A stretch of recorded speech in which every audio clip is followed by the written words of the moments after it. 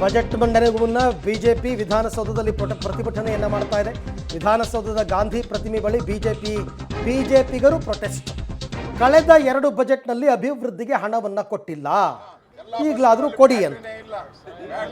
Diesel ಇಲ್ಲ, ಸರ್ಕಾರಕ್ಕೆ ಬ್ಯಾಟ್ರಿನೇ ಇಲ್ಲ. ಈಗ ಪಾಪರಾಗಿ ವಿಧಾನಸೌಧದ ಮುಂದೆ ಭಿಕ್ಷೆ ಬೇಡ ರೀತಿ ಈ ಸಿದ್ದರಾಮಯ್ಯ ಮತ್ತು ಡಿ.ಕೆ. ಶಿವಕುಮಾರ್ ಅವರು ಇದ್ದಾರೆ. ನಮ್ಮ ರಾಜ್ಯವನ್ನು ಹಾಳು ಮಾಡಿದ್ದಾರೆ. ಅಟ್ಲೀಸ್ಟ್ ನಾವು ಇವತ್ತು ಯಾಕೆ ಪ್ರತಿಭಟನೆ ಮಾಡ್ತಾ ಇದ್ರಿ ಅಂದರೆ, 2 ವರ್ಷ ಹಾಳು ಮಾಡಿದ್ರಿ, ಈ ವರ್ಷ ಆದರೂ ಅಭಿವೃದ್ಧಿಗೆ ಹಣ ಕೊಡಿ. ಶಾಸಕರು ಗೌರವದಿಂದ ಕ್ಷೇತ್ರದಲ್ಲಿ ಹೋಗಿ ತಲೆ ಎತ್ತಿ ಕೆಲಸ ಮಾಡೋಕ್ಕೆ ಅವಕಾಶ ಮಾಡಿ.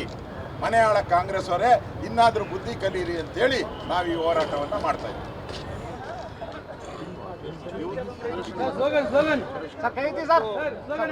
ಓಕೆ, ರಾಜ್ಯದ ಜನರ ಧ್ವನಿಯಾಗಿ ಬಿಜೆಪಿಗರು ಇದಾರಂತೆ.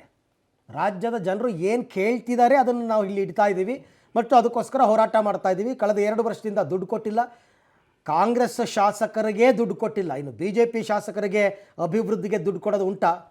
ಸಾಧ್ಯನೇ ಇಲ್ಲ. ಬಟ್ ಈ ಸರ್ತಿ ಏನೋ ಸಿದ್ದರಾಮಯ್ಯನವರು ಹೇಳಿರೋ ಪ್ರಕಾರ ಅಭಿವೃದ್ಧಿಗೆ ಒತ್ತು ಕೊಟ್ಟಿದ್ದೀನಿ ಅಂತ. ಇನ್ನೊಂದು 15 ನಿಮಿಷ